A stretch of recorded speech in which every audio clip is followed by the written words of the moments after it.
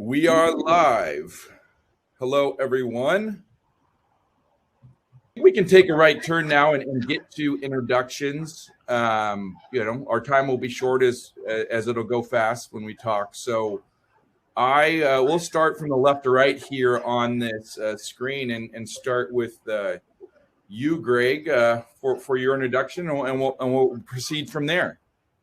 Yeah, awesome. Thanks, Dustin. Thanks for having me today. I'm looking forward to the conversation. So I'm VP of Digital Strategy at Highland Capital Brokerage, which is, digital and strategy are two very vague terms at times, right? So typically I look at how we can make problems and fix problems in the field with whatever digital solutions we can. My time in the industry is relatively short compared to usually most people out there in the life industry. I'm about 15 years, and I started smiling and dialing on a brokerage desk. Luckily, I sat on in an organization that had some high value, high quality business. It was premium finance and was done right. So I learned the advanced planning side, but also while I pitched and smiled and dialed, I was pitching a CRM system for independent brokers that may not have tools like that. And so I learned a little bit of both sides of the business and how advisors, whether they work for a business entity or independent on their own, where their pain points are and potentially how to help them. And so I take some of my expertise from learning in the field and kind of dealing with those challenges and try and help our sales teams and the advisors with which we work here at Highland. Thank you, Greg. John. Well, thank you very much. I appreciate being included today. I'm a third generation insurance brat. I've been in the business for right at 40 years. My firm is, as I said, located in Charlotte, North Carolina, and we are part of a national organization called the M Financial Group. I'm really excited about being on this particular call because we are a big user and consumer of digital solutions in the offering of service to our clients. And in terms of the areas that we're involved from a business standpoint, I'd say we're pretty similar to a lot of companies out there in terms of covering the waterfront, both in terms of estate and wealth transfer planning, as well as business succession, business continuity, and executive compensation and benefits. Wonderful. Thank you, John. Andrea, I'll pass over myself and go to you. Okay, thanks. Hi, everyone. Andrea Hatch here. I head up our advisory services here at Sureify. I've been in the industry for about 30 years, really in a high volume life insurance shop, working to try to revolutionize how life insurance was sold in a face-to-face environment, switching to more of an on-the-phone environment. Working with agents, trying to make a sale that takes them 4 months, also making sales that takes them 40 minutes. So I'm really happy to be on this panel to talk about service. We've been talking about service in the industry for a long time, and it'd be great to get your perspectives. And thank you, Andrea. And I'm Dustin Yoder, CEO here at Sureify. Let's see, I've been around. My father was in the life insurance space, started out at Guardian and Jardine. People always ask me how I got here, and I like to say, well, number one, always built on the back of your parents, and did a lot of nice things for me. But two, growing up in a house where, like, your baseball team is first one's Guardian, the second one's Jardine, and then you're growing up with building insurance tech. My father did some of that early on. I think really paved the path for my interest or comfort in the space. And so we've gone on here at Sureify to build digital solutions for life insurers. As noted, I guess when I say life insurers, the clarifying point here is we have Highland and Greg here from the, kind of BJ distribution point. We have John a producer, and I say independent producer. You guys correct me if I'm wrong. And then you have, the Sureify side, helping, working to help insurers. And we thought, it's really important for us to get in front of everybody and kind of hear the different perspectives. So that's what we're going to do. We're gonna dive in. I say the one plug. I'm going to turn off the slide here, so hopefully the screen's a little larger now. The big plug. The reason we're doing this, and I think, hold on real quick. We're getting some feedback. Maybe it's you, Andrea, or somebody else. Why don't we try and mute on Andrea first? The main reason why I think this is, we're having this discussion is that we have seen a dramatic shift. And I'm sure that John and Greg are going to laugh at us, but we've seen a dramatic shift in our clients saying how important their agents, producers, brokers, FAs are to the future. And you say, of course they are, right? They've always been. But there has been a craze, let's say for the last 5 years, on like digital and pure digital. And yeah, that was needed. But I think we're at a time when you've seen the market, all these D2C major market plays, they've crashed in the last 6 months on average. Everyone, and I'd say for the last year, the numbers have been clear that agents are producers are the all-stars. We're all here to support them, and insurers know that the producer, if it's in your mind, or the question, are they going anywhere? The answer is no, and they're thriving like never before. Now, I caveat that with, well, what's the gold star of, or the question is, what's the gold star of servicing? And does that mean we want to live in the carrier pigeon world? And the answer is no. We all know that. We don't want to do that. So what is, the question is, what's the gold star of servicing, right? The world is changing. So let's start off with that question to, I say, the people that matter here on the call, Greg and John, and I'll go to you first, John. What is the gold star servicing? What is servicing to you? What's the definition, and how do you kind of describe it for the world? Well, I think in terms of defining service, at least within our firm and our practice, I would tell you that I think the way we define it is the entire customer experience. So you take the length of the value chain, that starts with being able to understand the needs of the clients and educate them about products and process, all the way to the end, which is, paying a death claim. So anything and everything encompassed in that value chain and how we can enhance the customer client experience is what we would define as service. Now, let me one poke there. You talked about the customer, and so we're saying prospect or policyholder. If I may, what's the gold star servicing for the insurer taking care of you? Well, that's really important because obviously, you've got, as you described, a shift or change. You have some insurance companies and platforms that are going direct to consumer.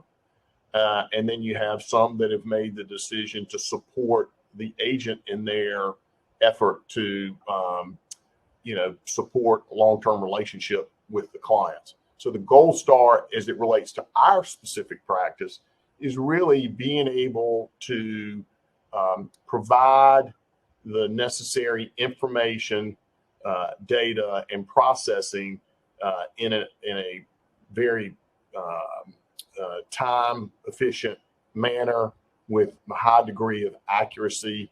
And it all boils down to communication. We're in a partnership with the carriers. And so we've got to work together to do, play to each other's strengths. And you have different agents and agencies have a view toward their client relationships differently. Look, let's face it. Some firms out there have taken the attitude with margin pressure that they're trying to push more and more overhead off of their operating budget onto somebody else's operating budget. I get that.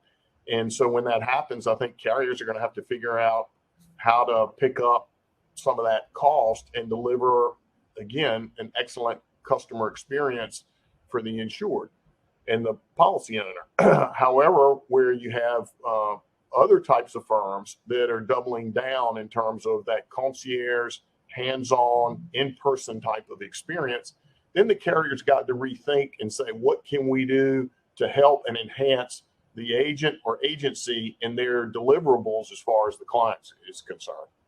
Mm-hmm. Thank you, John. Yeah, and I like the two sides there, right? Because that's the heart of us, right? It's got to be all connected. Greg, so come at it from your guys' angle, both, if you may, both with the end customer as well as taking care of the agent. You're on mute, Greg. Sorry. Thank you for the reminder. That's wonderful. Was genius, but it was brilliant. It was brilliant. Thanks for the reminder. We have to do that at least one webinar, right? Exactly. So, we sit in an interesting space as a BGA, right? We have to manage the expectation of our customer, which is typically advisors. We need to make sure that we make them look good in front of their customers. And by the way, we need to make our carriers look good that are partners, but we have to a varying degree of solutions that come from all of the different carriers.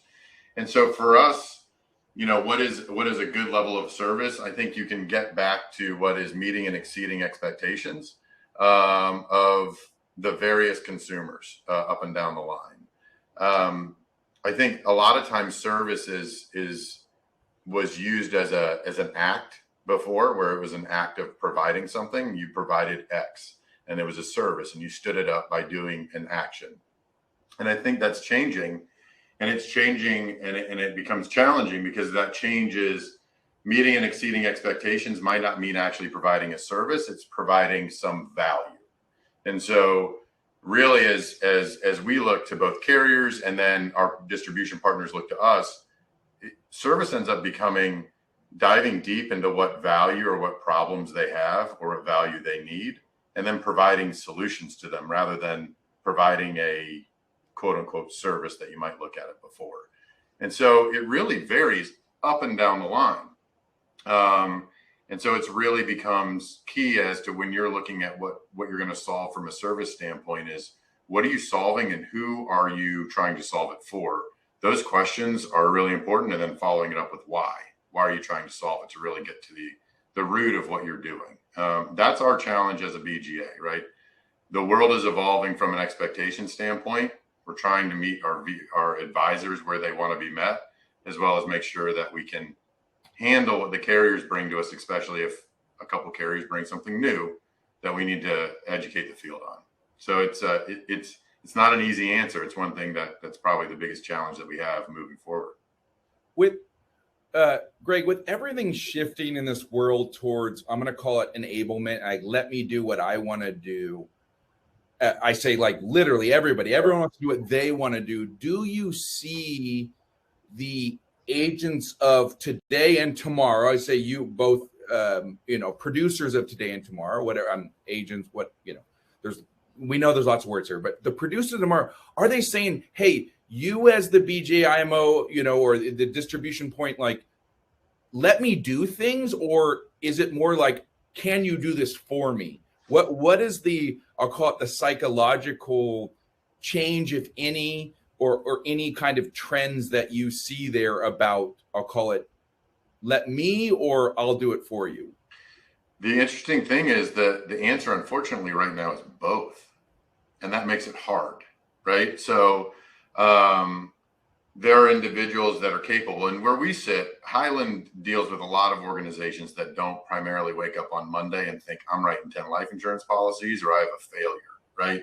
They're begrudgingly maybe writing 5 a year. And we do a really good job of helping them do that. And so when you start looking at across where your carriers are, the ability for them to self-serve is huge.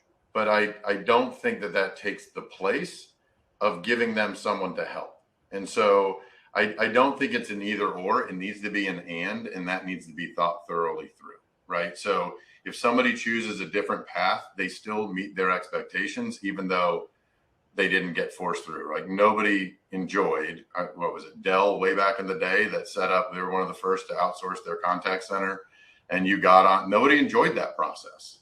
It was revolutionary, but it wasn't fun, right? And so as you start, if your demographic of advisor or customer is wide, you need to really understand how you can fit them maybe into 2 different buckets or 3 different buckets, and their experience with you works, because self-service is key. I think in our discussion before, you used to make a phone call to a restaurant and make a reservation. And that was, you put somebody on that phone that would take that reservation and make someone feel great about what their dining experience is about to be. And now, if you can't get a reservation on whatever Open Door or whatever the restaurant's website, that restaurant is behind the times. And so, right. And it varies based on who's doing that, right? And so you still want somebody capable of answering the phone. You don't want to push everybody to the website. So how do you manage that? And it really comes down to, it's kind of, an overused statement, but it's omni-channel, but it's by choice, and you need to make sure that the different platforms can coordinate between the two. Right. You use your example of the restaurant. It's so the nicest restaurant, right? The one that, paid extra for the premier, that experience. Now what's funny, and to the omni-channel statement, I reserve it, but then right before, 2 hours before, I find out 2 people are getting added, right, to thing, and I want to call, right? So the catch is, right, that there's still the challenge with is that it could leave out a lot of experience, right? And now all of a sudden I'm showing up wondering if those 2 people get to sit down because I couldn't change it. Right. Yeah. No. And Dustin, when I just want to chime in, I don't know if you're getting that feedback on my system yet, but this omni solution, right? We talk about this a lot. It's not overused. It's a pivot. The solutions out there have to be able to accommodate it's both answers, right? It's not just both, it's triple, it's quadruple. You have generational gaps. You've got different needs and different uses. That's where your digital solutions can come into play. You can either pick up the phone and interact humanly or choose to act digitally. Yep. Yeah. John, so tell us from your perspective as a producer, are you looking like you're choosing who you're working with, right? Like every day you get to decide who you're going to place business with, et cetera. What's it to you? What are you looking for? And does your ability to do things on your own affect your choice there, et cetera? It's a great question. And it's really, in our firm, it's not so much the question of, are we going to do the work or is the carrier going to do the work? But for us, it starts with, where do we differentiate? We want to win. We want to be competitive. So we look across, the value chain and look at places and say, can we in our own shop do this different, better, and create differentiation from the rest of the market that puts us in a much better position competitively? And if we don't want to or can't do it, we're then looking at the carrier and say, can the carrier do this faster, better, more efficiently? And in the manner which the carrier does it create differentiation? I think the other part of this question is not just about the who's doing the work, but also is the work that's being done a differentiating factor that allows both the agent and the carrier to position themselves in a unique way and be more competitive and win more business for the long term. On that note, so Highland, I'm assuming, recruits a lot of producers. John, I don't know if you added people or you mentor people these days, et cetera. Oh, yeah. This is kind of coming to mind. I know we haven't talked about this. I mean, when you sit down with someone and talk about the success you both have had in the industry, as well as either try to convince them to come in or join your firm, what are those? Let's see, is there questions around servicing or your guys' capabilities that you can deliver that affect that either that conversation or their interest? Because there's word on the street, and by the way, I've been going to insurance conferences now for 10 years. You know, a big challenge has been, why aren't the young people going into this great business that people, to be frank, my father used to always say, there's so few people going in some ways that it's just more opportunity for those that do. But people don't seem to know it. But I think part of it is that, I mean, self-admittedly, there was times when you thought it was kind of, it behaved, and you thought maybe you were going to be in a more old school experience. Do you feel like those new people you're recruiting want to change or are asking for things maybe you didn't ask for when you first got in, et cetera? Well, I'll take it in our firm. They certainly are looking for the additional tools, digital tools, to help in their marketing process and identifying, cultivating, and engaging clients and creating new business. But we have to remind them that can't be the exclusive manner in which you do business. In other words, oversimplification. Okay, we now have something called email. Are you going to sit in your office and market exclusively by sending emails? Or are you going to go out in the street and knock on some doors? So I think it's not just about, loading up with lots of tools, but it's their ability to use the tools effectively and demonstrate a return on investment. Because if I give all these new recruits all the tools in the world, and I look at their production and they haven't been able to effectively take the tool, translate it into revenue and a return on our investment, that hasn't done anything for me. So I think the tools are great as long as we can see that the utilization translates into a return on investment. The other thing you said is tools around service. If you need the newer producer to be really effective in marketing, then we've got to demonstrate for that new producer that there's an infrastructure around them that frees them up to spend more time doing the things we want them to do. When I started in the business, I had to run illustrations. I had to set up paramed exams for my clients. I had to fill out the paperwork, actually complete the application, schedule a meeting with the client to sign the application. So what that did is it really limited the time I had to go out and market. And one of the great things that's happened in our industry is we've seen the introduction of these tools that allow, if used effectively, allow or create some time management opportunities so that we can let people play the positions they're best suited to play and allow more specializations. For our firm, we may have someone who does nothing but the underwriting function, another person who does nothing but the illustration design function, another person who does nothing but enforce service for clients, and another person who's doing the marketing function. I don't think, I know having the digital tools allows more effective specialization. And going back to your original question, I do think it creates for the newer producer the opportunity for them to be more focused and have more time to be successful in doing what they're hired to do. And that's critical because, like you said, attracting people into the space is hard, but I would tell you what's harder is keeping them in the space. I can hire a lot of people, but as we all know, the attrition rate on new producers, unfortunately, is high. Mm-hmm.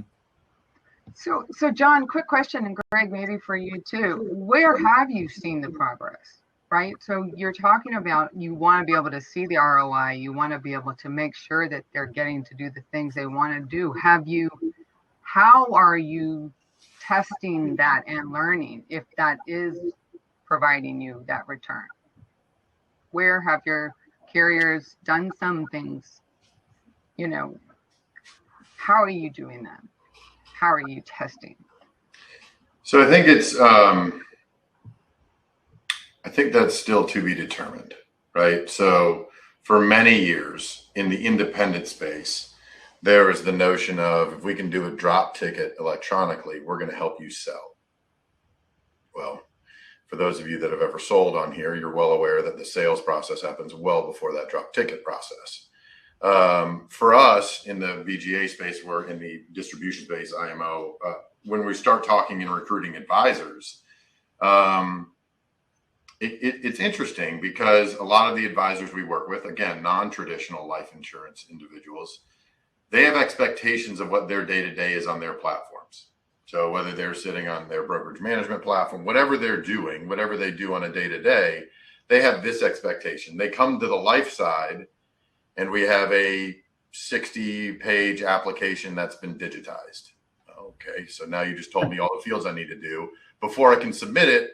And I can't submit it. If I submitted it on paper, I could leave some fields blank and my distribution arm could let that go through and we could get those answers. And now I can't even do that, right? So I think we're on the ground level. We've done a really good job, I think, on the life side of what, another overused term, but it's true, the silver lining of COVID amplified our insurance carrier partners to really step forth and move towards that accelerated underwriting, utilizing analytics and data, and move that process quicker because nobody wanted a paramed showing up and we still wanted to make sales. And so all of a sudden we could do it.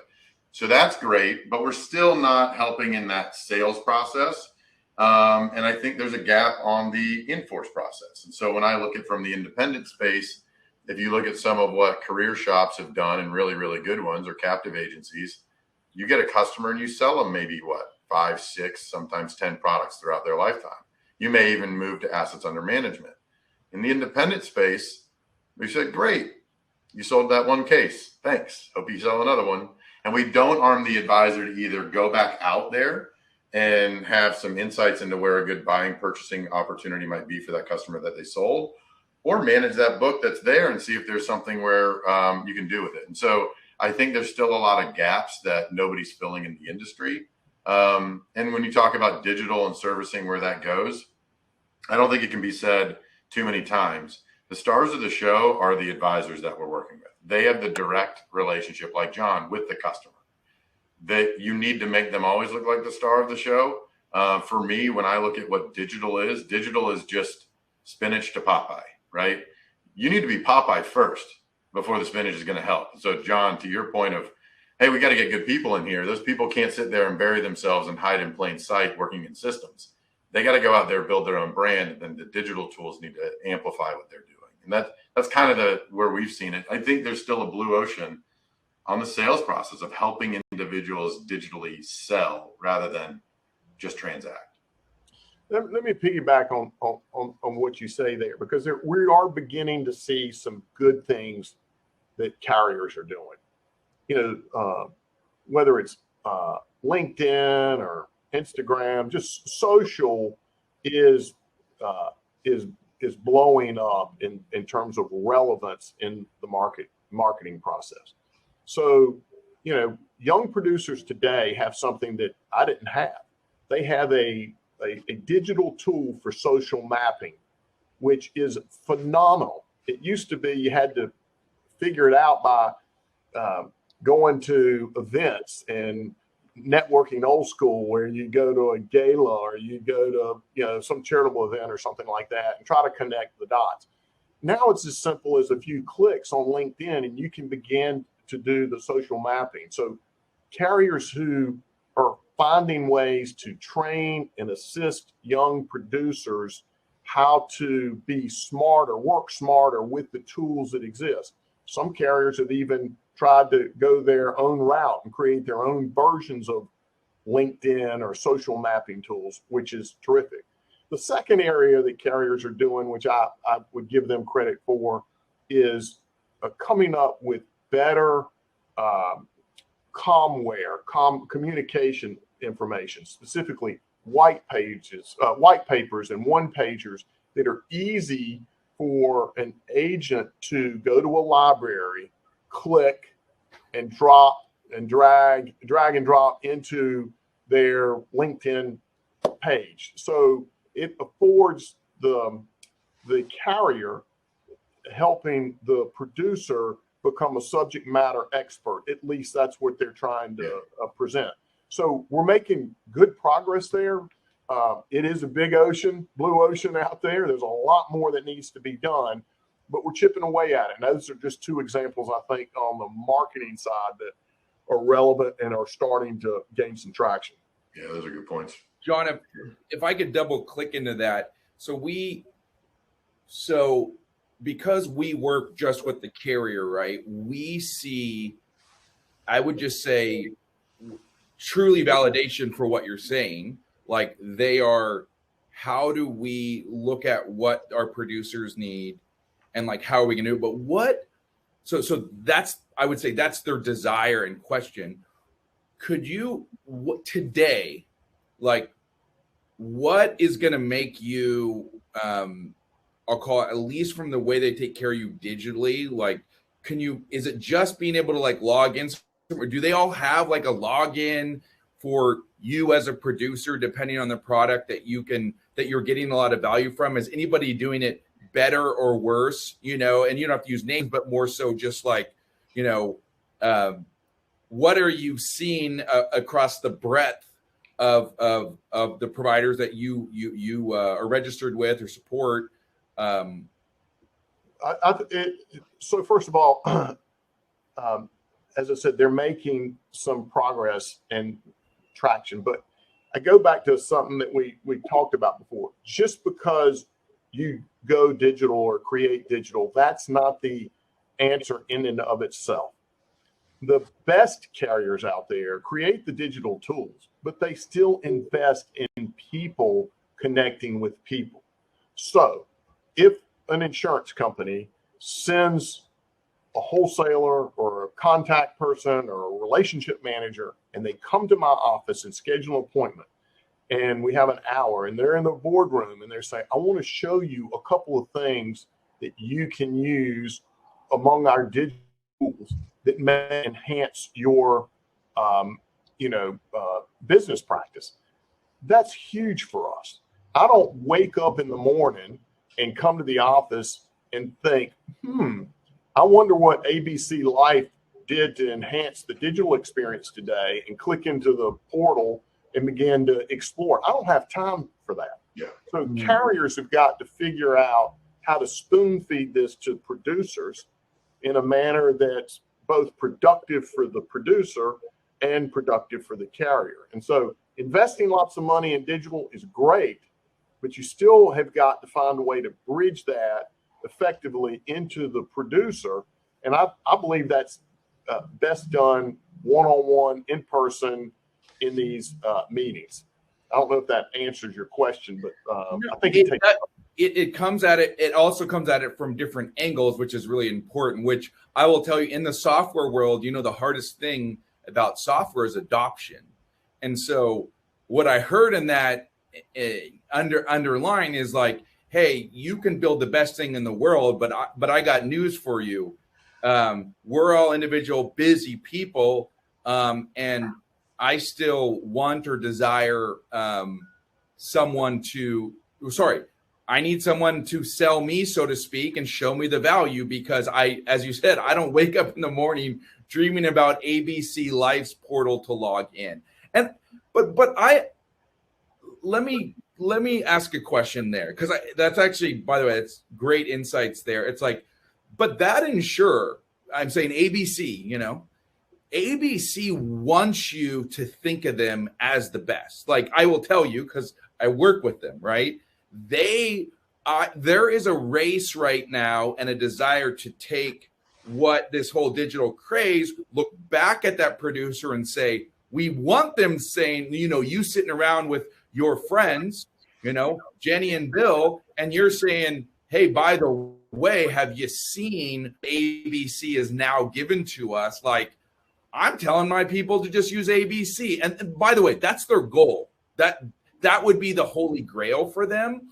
And I wonder, this is the question, like, what are those elements? And so, for example, I want to use your comment, John, to look at Greg, like, what you've mentioned data and analytics and things of that nature. That could be an area, right? Like, people don't just want data, they want insights. I always say this. First, I'll bore everyone on this call, but you start with applications. Applications produce data. And I'm not talking EFs, by the way. I'm talking like software applications produce data. But at the end of the day, right, we want insights. We want to know what to do.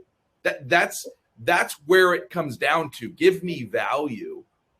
What is Highland, or what do you see, Greg, as the opportunity? And I'll throw it back to you, John, to provide that. So John does wake up and say ABC is the company because they're the only one doing this.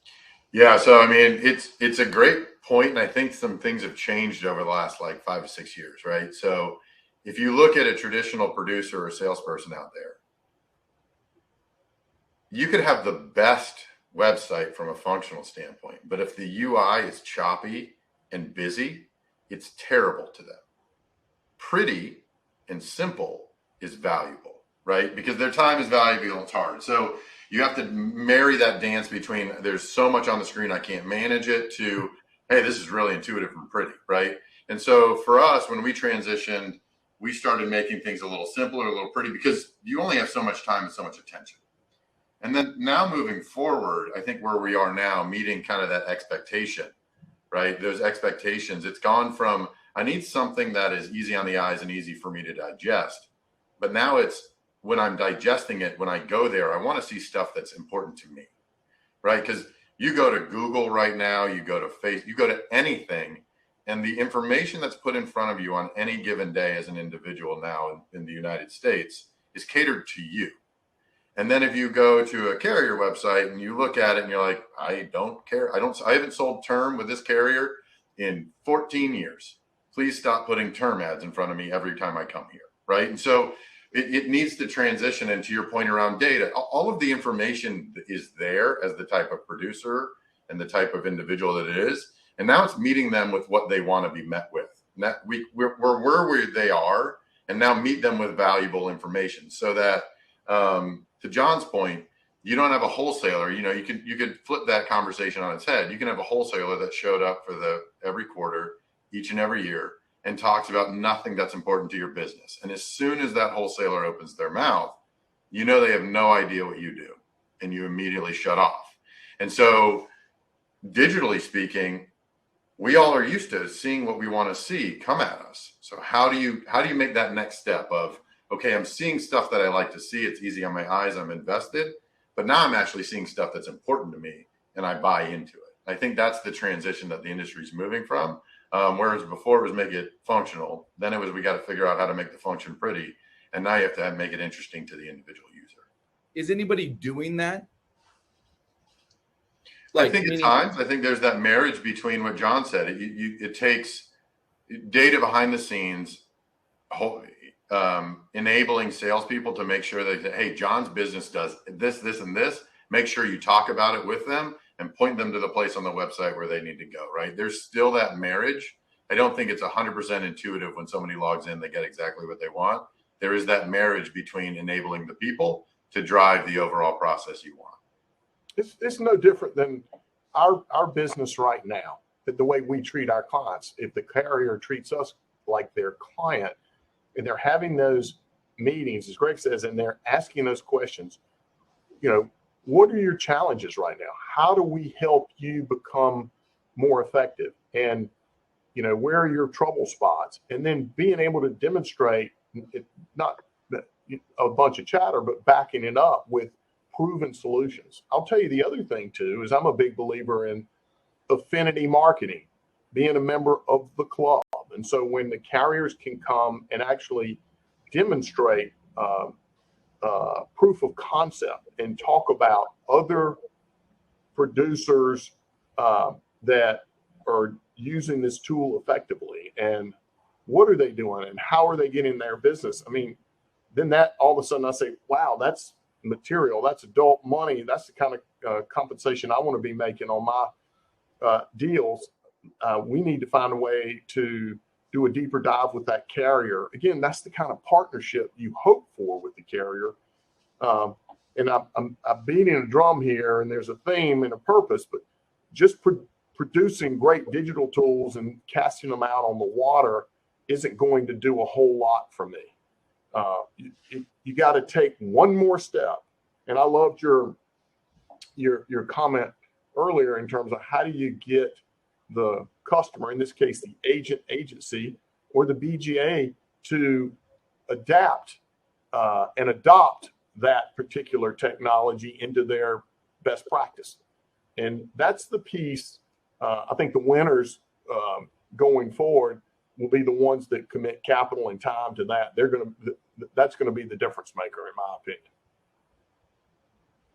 I want to ask a question about there's in our past conversation, in preparation for this, I really saw two sides of the coin here. There's enabling a producer to sell, and then there's the producer is sold, and let's suggest they've been selling for 10 years, and here's their book of business.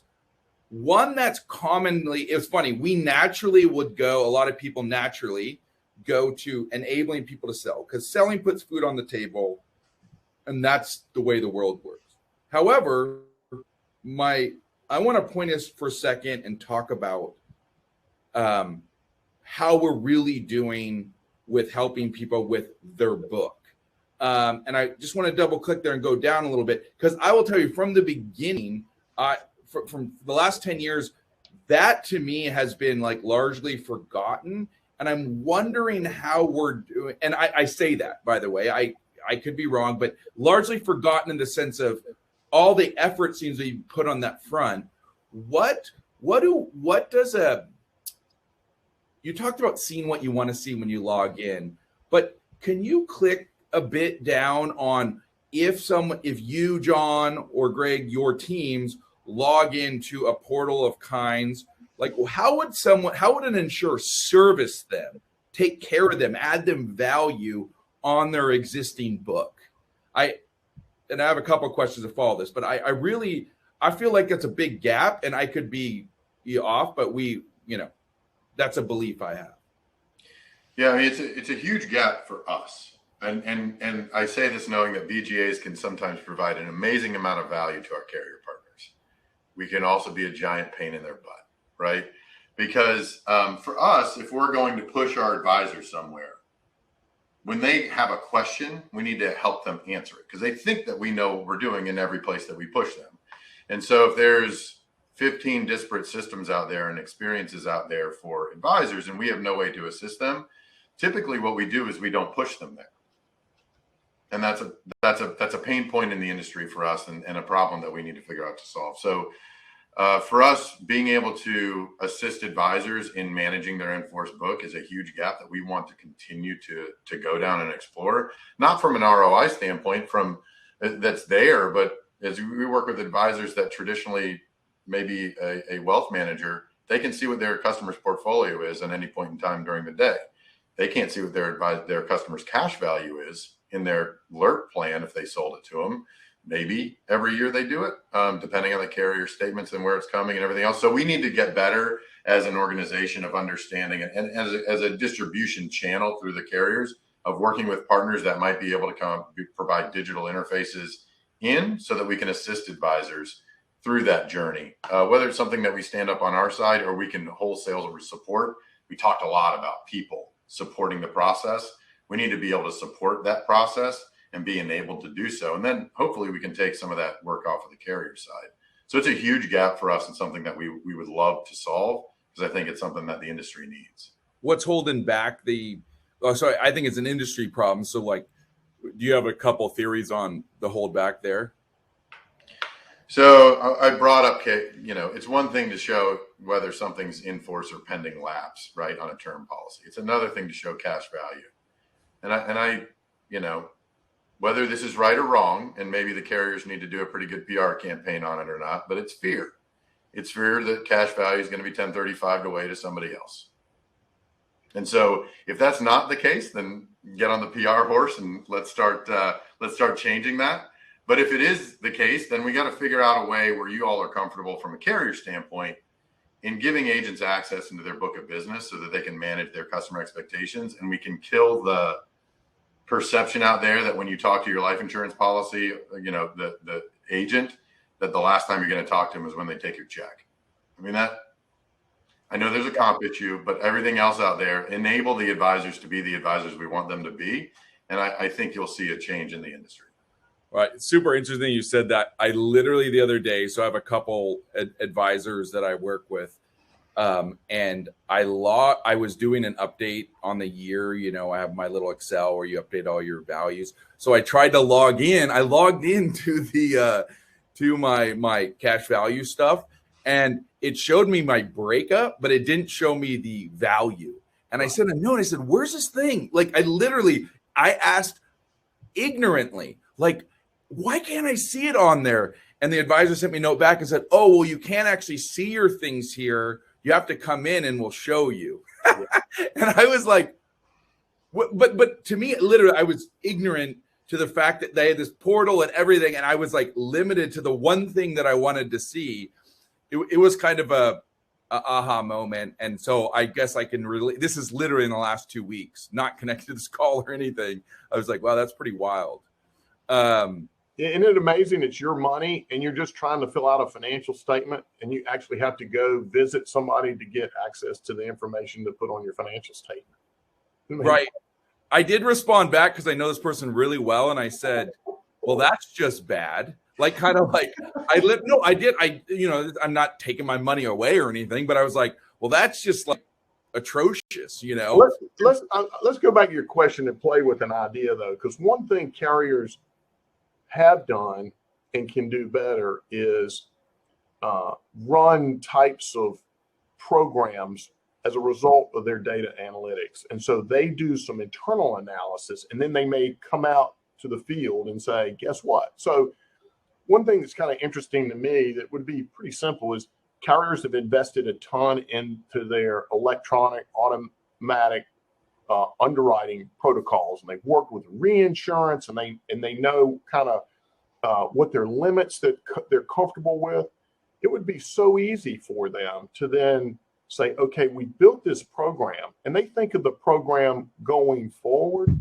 But what if they went back and looked at the book of business and said, wow, you, John, have 3 policies that you sold of people that are already in this age group, and the amount of coverage they bought is less than what we give full capacity on in our electronic underwriting. And we've built this pre-packaged approach plan, and we've got it all baked in, ready to go here. And oh, by the way, we went through your book and you have 35 of these.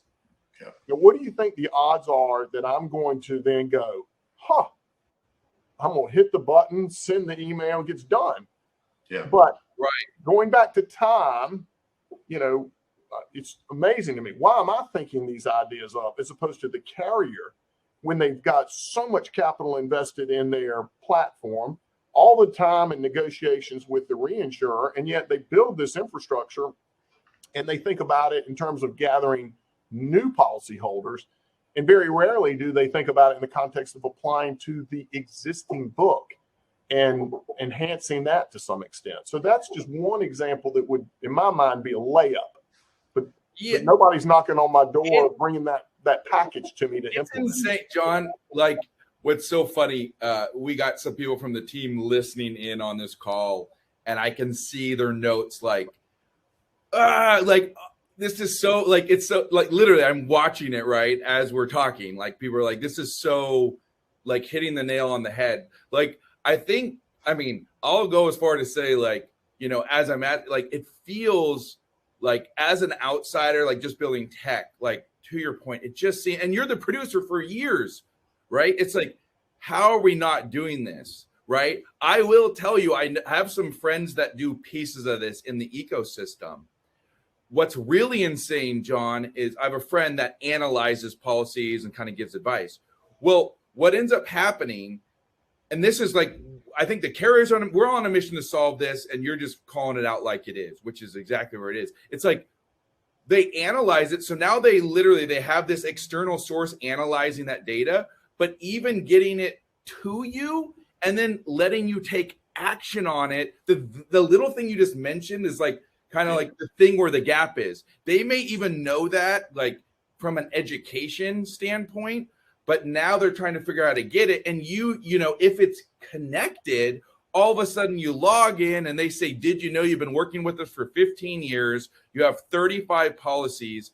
And here's the setup, the 1, 2, 3 of how you go act and make some money on this. Yeah. Like literally like remove all the friction because it's all in one versus here's an Excel of your clients. If you want to do something, you know, ask somebody to do it. It's like, no, that's not what anybody wants to do. We want to act.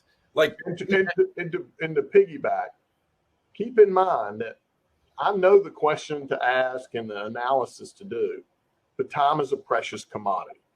And so the whole idea is how are we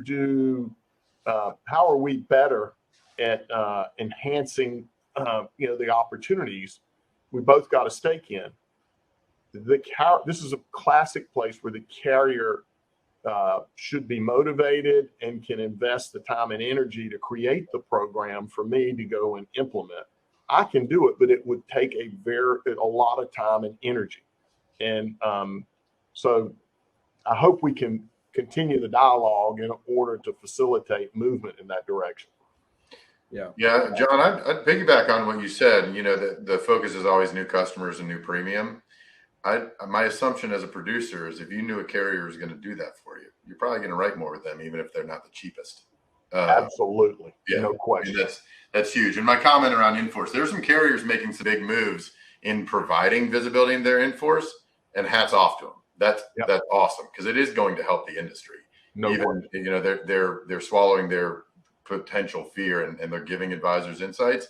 It's huge. It's only going to get better if we can enable advisors, whether to manage their own book or like John said, like let them, you've got best practices, and there's probably things happening with third-party data integrated in where an advisor's book of business, there might be a sales opportunity. Figure out a way to enable them to drive more revenue to you. And the stars of the show that are out there in the field carrying your brand around are going to do it. And they're going to be loyal. Right. Well, my pitch to everyone here is like, I mean, you guys, you guys kind of teed up the punchlines here right at the end. And I would say like, you know, Sureify, like that's what we're seeing. I mean, really getting there. It's like the differentiator right now, there's going to be slight differences in pricing. Everyone's going to have different brands. But my belief is that if the best carriers are the ones that want to win you, they want to win your producers, they want to win, they are going to make this easier, faster, better. And they're going to treat you that this is the crazy part. Like I have friends that are saying, I'm not going to use Schwab, I'm going to use Robinhood. And you guys may all throw up your hands, but that's crazy, right? Well, what's funny, and again, I'm making a somewhat non-comparable comparison, but you know what? I've heard my friends talk about it. They're like, I can't get my money out of that one. You know, it's taken me 5 days. This one, I just press a button, and that's mentality. And what's funny is that's the reason why they're putting more money in the alternative one. So maybe, you know, it wasn't like, oh, my returns were better. Now, obviously returns are what matter, but it's interesting that these nuanced things and as we talk about producers, if the insurer can provide them nuanced things that add value, let them sell more, let them see their book, as you said, they may be more likely to sell the one because they're going to get more value. You're going to drive more business. And sometimes it's a couple bucks. I would say like the term market's literally defined. And I know term is not the biggest driver in the industry, but like it's a logo, a rating, and a price. And that's hard to win. And most people don't want to sell off that, right? So now how are we going to differentiate what that producer puts in front of them? It may just be they put 3 different prices of the ones that are adding value there, right? And so I say that I think that's where it's got to go. I think the companies that are saying how are we going to win the next generation of both the greatest producers that are great and they want to attract them to them, and then the new people coming on. I really do think it lies in this area. I say because sales technology is getting better. It's not at all perfect, in my opinion, but they're making strides. But I think we're still neglecting the heck out of the producer's existing book as just one of the areas that we can that an insurer can go after. So we're on a mission for that, and it's good to know that. I think it's good to tell you that insurers want to solve this with you. So I know we're at our time here, but final thoughts, John and Greg. You've given a lot of gems and comments that I think are a lot of it industry-wide summaries, but want to get your kind of final thoughts here in closing. Well, from my perspective, I would just, first of all, say thank you for facilitating a really important conversation, and it needs to be an ongoing dialogue. Again, this is a partnership that we share with the carriers. And without this kind of dialogue going on now, we could end up in a situation where the carriers go down a rabbit hole thinking that they're doing something that's quite effective and useful, and yet we'll look back on it and go, that was a total waste of capital and time. And so helping through a forum like this and ongoing discussions and conferences and other industry meetings, just to make sure in this partnership we're driving this in the right direction, so that we end up, making our industry and our businesses stronger for the long term. So I want to thank you for that.